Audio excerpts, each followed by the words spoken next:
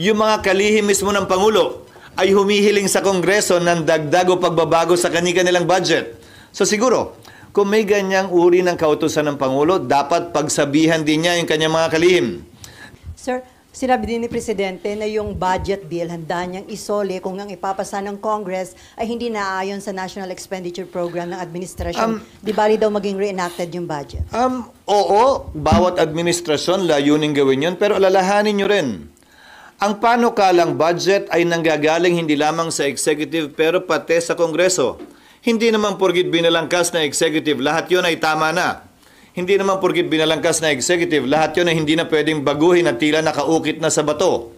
Ang marapat at dapat baguhin dahil yung mga kalihim mismo ng Pangulo ay humihiling sa Kongreso ng dagdag o pagbabago sa kanilang budget.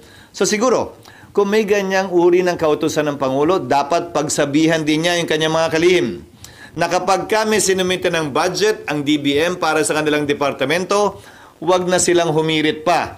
Dahil bago sila makahirit ang pagkukunan, ay ibang departamento rin.